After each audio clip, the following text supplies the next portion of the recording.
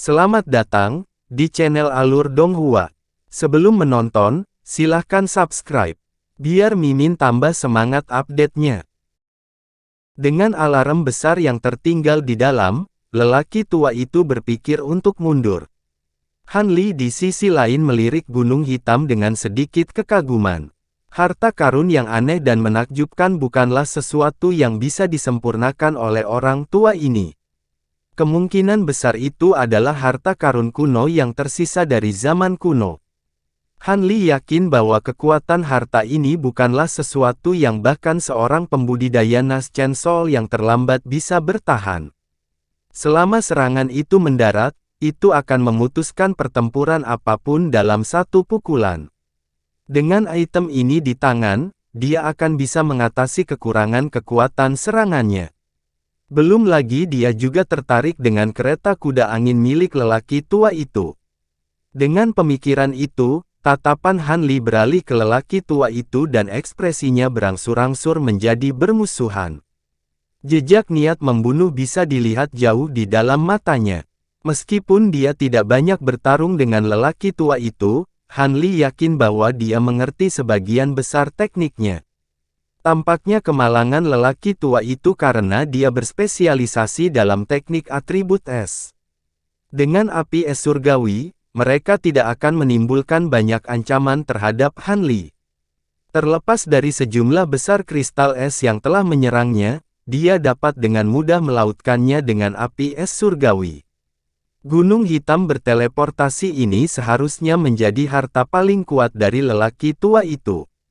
Namun, dengan gerakan seketika dari sayap badai petir, tidak ada gunanya melawan Han Li. Dalam hal ini, Han Li seharusnya bisa membunuh orang tua itu. Setelah mengambil keputusan, Han Li tidak lagi ragu-ragu. Bunga es di genggamannya bergetar dan berkedip dengan cahaya biru, dengan cepat berubah menjadi api seukuran telur. Itu melayang di telapak tangannya dan memancarkan aura aneh. Pada saat yang sama, Han Li menunjuk ke pedang besar dan lonceng perak dengan tangannya. Setelah itu, dia mengepakkan sayapnya dan menghilang, hanya menyisakan guntur di belakangnya. Detik berikutnya, dia muncul kembali 300 meter dari lelaki tua itu, dengan api biru di genggamannya.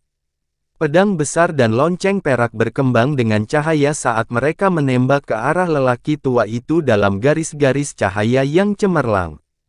Sepanjang jalan, pedang besar itu tiba-tiba melebur menjadi beberapa ratus kaki panjang cahaya pedang yang memenuhi langit, mengelilingi lelaki tua itu di dalam segerombolan pedang. Cahaya azure berkelap-kelip tanpa henti saat cahaya pedang mulai menembus penghalang cahaya pria tua itu dengan ganas. Lonceng melepaskan gelombang demi gelombang suara perak, mengguncang penghalang cahaya lelaki tua itu saat terkena benturan. Meskipun serangan ini sangat mengkhawatirkan orang tua itu, dia tetap berpikiran sehat. Selain menuangkan sejumlah besar kekuatan spiritual ke mutiara di atasnya, memperkuat penghalang di sekitarnya, dia juga dengan cepat membentuk mantra tangan. Cahaya biru berdenyut dari tubuhnya dan keluar darinya. Setelah berputar cepat di udara, cahaya berubah menjadi 4 perisai es sepanjang 1 meter yang berputar di sekelilingnya. Orang tua itu merasa lebih nyaman dengan perisai es yang melindunginya.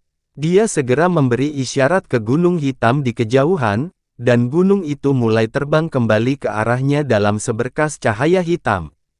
Ketika ini terjadi, dia terus-menerus melirik ke sekelilingnya karena takut Han Li akan meluncurkan serangan tiba-tiba padanya. Seperti yang diharapkan dari prajurit mantra tahap nas Chainsaw, dia memiliki banyak pengalaman tempur. Dengan semburan guntur lainnya, Han Li muncul sekitar 40 meter dari lelaki tua itu dalam kilatan petir. Rentetan padat benang biru tajam tiba-tiba keluar dari tangannya, tampilan jimat harta jarum Naitazure. Pada jarak yang begitu pendek, lelaki tua itu tidak dapat merespons tepat waktu. Segudang benang biru menembus penghalang cahaya biru dan langsung mengenai perisai es. Suara retakan es memenuhi udara saat benang biru menghantam perisai es. Dalam kilatan cahaya putih yang cemerlang, jarum-jarum itu menjadi tertutup es yang tebal dan berkilau dan mulai jatuh ke tanah. Ketika lelaki tua itu melihat ini, alarmnya berubah menjadi kegembiraan. Sambil terkekeh, dia membuka mulutnya dan menembakkan seberkas cahaya biru langsung ke arah Han Li di dekatnya. Han Li menghilang dari pandangan dalam kilatan cahaya perak. Pada saat penundaan itu, gunung hitam terbang di atas lelaki tua itu. Sosoknya yang menjulang membuat pemandangan yang menakjubkan. Tanpa ragu-ragu, lelaki tua itu menabrak gunung dengan segel mantra. Gunung itu kemudian mulai bergetar dan mengeluarkan cahaya hitam besar dari bawahnya. Dengan lelaki tua itu di tengahnya, gunung itu menyelimuti beberapa ratus cahaya pedang biru dan lonceng perak besar dalam pancarannya. Harta karun ini segera mulai berputar dan bergetar dalam upaya untuk membebaskan diri, tetapi kekuatan mereka sangat melemah. Penghalang cahaya yang bergoyang telah kembali normal lagi. Ketika lelaki tua itu melihat ini, dia merasa sangat lega. Setelah itu, dia membalik tangannya. Kereta kuda angin muncul kembali di telapak tangannya dengan kilatan cahaya putih. Dia dengan ringan melemparkannya ke udara, dan itu mulai mengembang ke ukuran aslinya. Sesaat kemudian, itu berhasil dipulihkan dan terbang ke samping. Lelaki tua itu merasakan ketakutan sejak Han Li mengubah bunga es di telapak tangannya menjadi api biru kecil. Dengan munculnya tambahan sayap badai petir Han Li, dia merasa bahwa keadaan telah berubah menjadi lebih buruk, dan memutuskan untuk melarikan diri, daripada melanjutkan pertarungan. Melihat bahwa kereta kuda angin telah berhasil disiapkan, lelaki tua itu segera berubah menjadi seberkas cahaya. Beberapa kilatan kemudian, dia menyerbu melewati pedang terbang yang terhalang dan menuju kereta kuda angin hampir dalam sekejap mata. Ketika cahaya memudar, lelaki tua itu sudah berada dengan aman di dalam kereta berkendara angin. Dengan lega di hatinya, dia berpikir untuk mengambil mutiara dan gunung hitamnya, ketika dia tiba-tiba mendengar guntur di sisinya. Dalam kilatan cahaya, Han Li tiba-tiba muncul di hadapannya. "Ah!" Pria tua itu meraung dan mengangkat tangannya, tetapi sudah terlambat. Lengan Han Li sudah menembak ke arah pria tua itu seperti sambaran petir. Api es surgawi sepenuhnya menyelimuti tangannya. Pria tua itu merasa hatinya tenggelam, tetapi perisai es yang mengambang di sekitarnya secara otomatis bergerak untuk melindunginya. Dalam kilatan cahaya putih, muncul di depan lelaki tua itu tepat pada waktunya. Orang tua itu merasakan sedikit kegembiraan setelah melihat ini. Han Li telah menyerang Crystal Ice Shield miliknya tanpa pertahanan apapun. Dia hanya mencari kematian. Tentunya hanya dalam beberapa saat, lengannya akan dibekukan oleh Qi yang dingin. Dengan peng yang teredam, cahaya putih dan biru bersinar terang. Pria tua itu merasa hatinya jatuh pada pergantian peristiwa yang tiba-tiba. Tangan berbalut api sudah menekan dadanya. Rasanya sangat lembut saat disentuh. Sebelum lelaki tua itu bahkan bisa berteriak, api es yang aneh dengan cepat menyebar dari genggaman Han Li, menelan lelaki tua itu dalam satu tarikan napas. Dalam sekejap, Han Li melihat sebagian besar tubuh pria itu berubah menjadi patung es. Dengan ekspresi ketakutan, lelaki tua itu buru-buru memanggil api inti yang dia habiskan beberapa ratus tahun dengan rajin mengolahnya. Itu melilit lehernya dan melepaskan cahaya putih yang menyilaukan, mencegah es menyebar ke kepalanya. Untuk sesaat, api inti berada dalam kebuntuan dengan es biru. Ketika Han Li melihat ini, dia mengejek. Dia melambaikan tangannya yang bebas. Garis pedang biru Qi kemudian muncul di udara dan dengan kejam memotong ke arah kepala orang tua itu. Sesaat kemudian, cahaya putih bergetar, dan es biru dengan cepat menutupi apapun yang tersisa dari kepalanya. Setengah dari wajah lelaki tua itu menunjukkan keputusasaan, tetapi segera, permusuhan memenuhi matanya. Suara jernih terdengar dari atas kepalanya. Jiwa yang baru lahir dengan wajah lelaki tua itu telah terwujud. Ekspresi Han Li menjadi cemberut dan dia meludahkan sambaran petir ke arah Nas Chen Sol. Namun, Nas Chen Sol segera menghilang dari pandangan dalam denyut cahaya biru yang menyilaukan.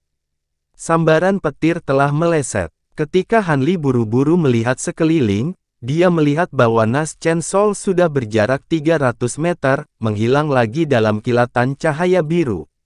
Pada saat itu, mutiara biru bergetar sesaat sebelum menghilang juga. Mutiara itu kemudian muncul kembali di dalam genggaman Nas Chen Sol. Nas Chen Sol menatap Han Li dengan ekspresi kesal sebelum hilang dari pandangan. Tidak lama kemudian, itu berubah menjadi setitik cahaya yang terbang menuju cakrawala. Pada jarak itu, ia tidak lagi menggunakan gerakan instan dan hanya merobek langit, mutiara biru di tangan. Beberapa detik kemudian, itu tidak lagi terlihat. Han Li dengan dingin melirik Nas Chen Sol yang pergi dan hanya meraih mayat lelaki tua itu tanpa bergerak. Meskipun Thunderstorm Wings miliknya juga mampu melakukan gerakan instan, penundaan di antara setiap gerakan membuatnya masih terlalu lambat untuk mengejarnya.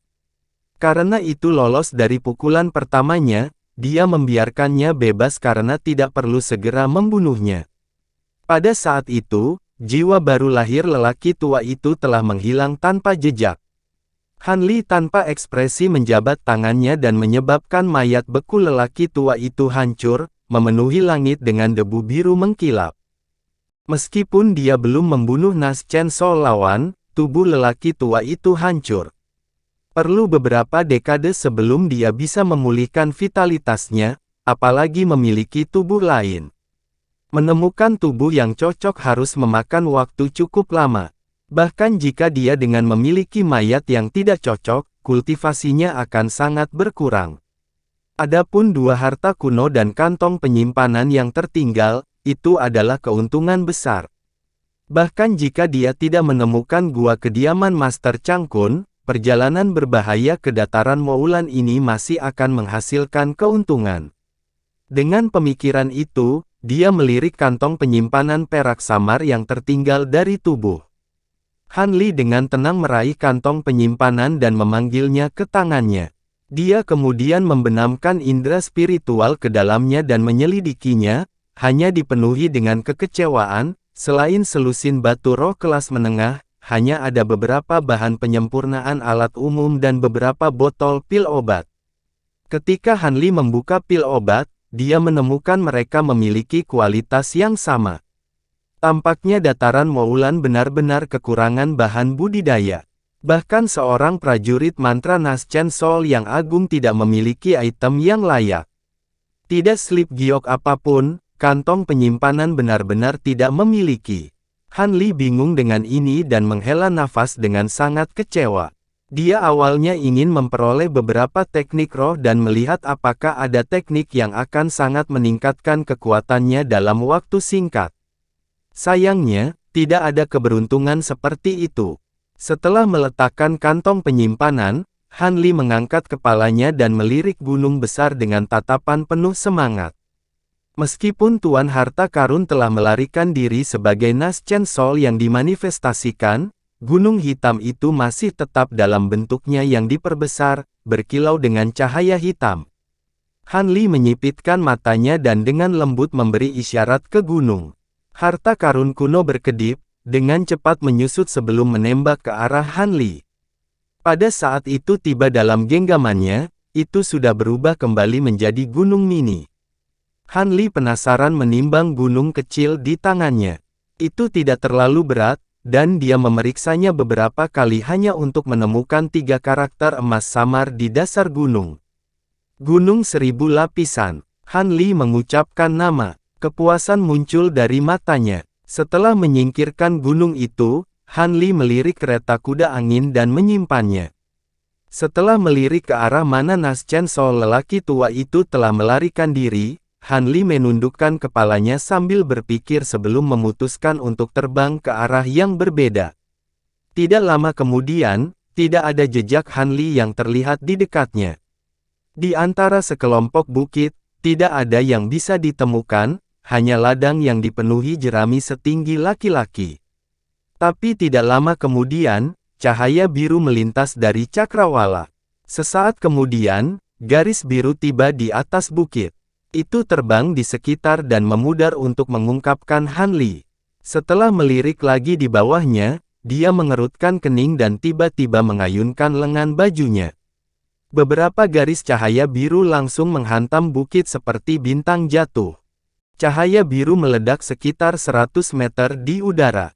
Lapisan cahaya putih yang sangat redup tiba-tiba muncul di udara.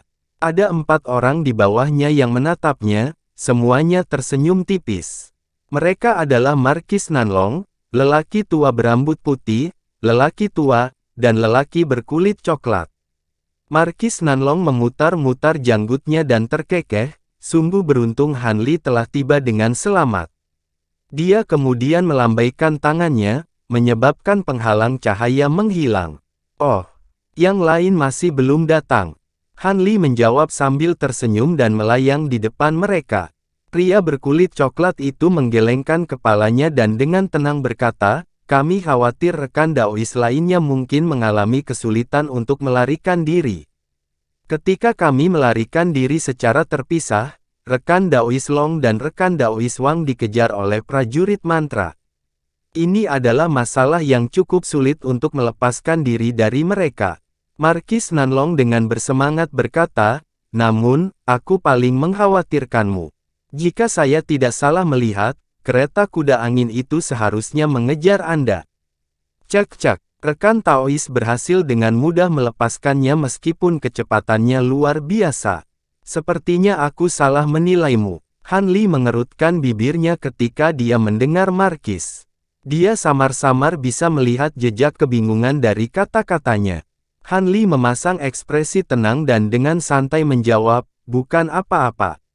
Saya hanya memiliki sedikit kepercayaan pada teknik gerakan saya." Melihat bahwa Han Li tidak ingin menjelaskan bagaimana dia melarikan diri, Markis dengan bijaksana mengubah topik pembicaraan dan mulai berbicara tentang perang mendatang Serikat Sembilan Bangsa dengan Moulan.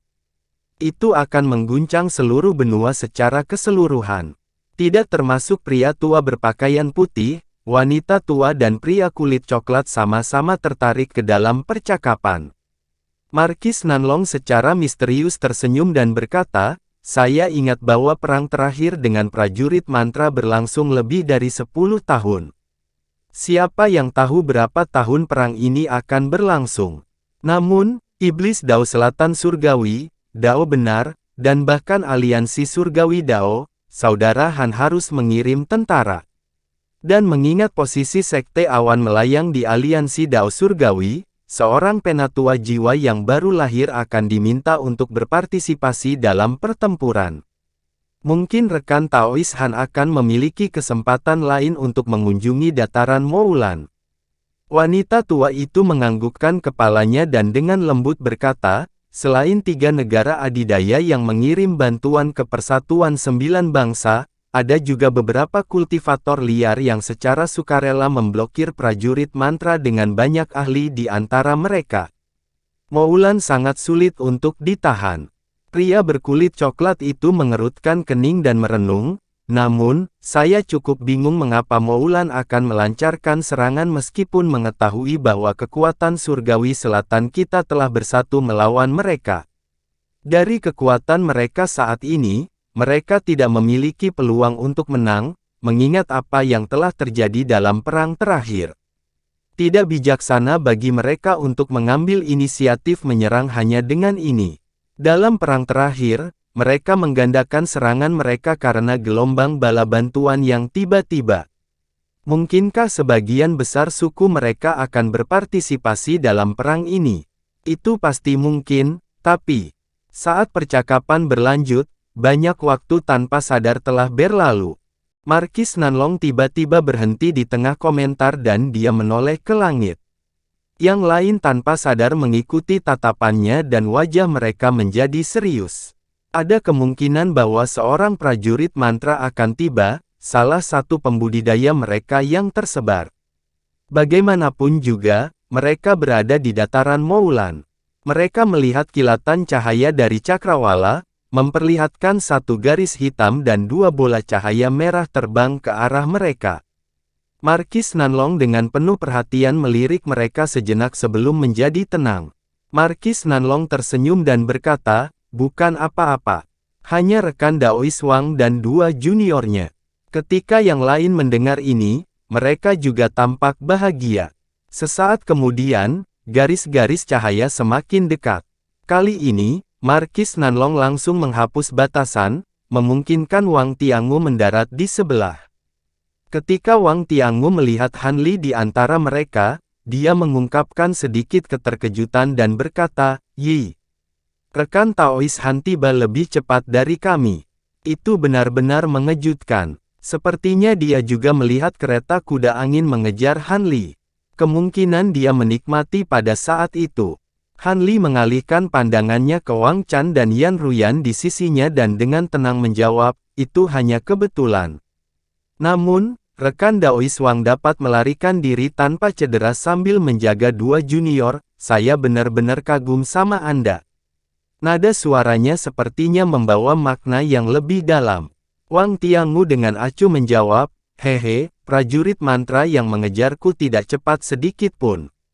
Dua junior saya dan saya bergandengan tangan untuk menggunakan salah satu teknik gerakan sekte kami. Kami dapat dengan mudah menyingkirkan mereka. Itu tidak sebanding dengan melarikan diri dari pengejaran dari kereta kuda angin." Han Li dalam hati mencibir. Saat dia berpikir untuk mengatakan sesuatu lebih jauh, ekspresinya tiba-tiba berubah dan dia menelan kata-katanya. Markis Nanlong mengangkat kepalanya ke langit dan berteriak dengan ekspresi gembira, "Yi! Rekan Taois Long akan datang. Sepertinya keberuntungan kita cukup baik. Kita semua bisa bergegas ke tujuan kita tanpa cedera. Aku sebenarnya sedang memikirkan apakah kita akan berhasil memecahkan formasi atau tidak jika kita kehilangan beberapa anggota." Ketika mendengar ini, mereka semua mengungkapkan kegembiraan. Jika mereka tidak mampu memperoleh harta karun karena anggota yang hilang, itu akan menjadi masalah yang agak menyedihkan. Pria tua berpakaian putih itu tiba-tiba memecah kesunyiannya dan dengan serius berkata, "Buruk. Tampaknya rekan Daois Long terluka dan masih dikejar." Begitu yang lain mendengar ini, Han Li dan yang lainnya buru-buru mengalihkan pandangan mereka ke langit dengan kaget. Mereka melihat bahwa sebenarnya ada seberkas cahaya hijau dan merah yang mengejar kultivator berwajah tegas itu. Dalam sekejap mata, mereka sudah tiba di bukit. Ekspresi Markis Nanlong dengan cepat berubah cemberut.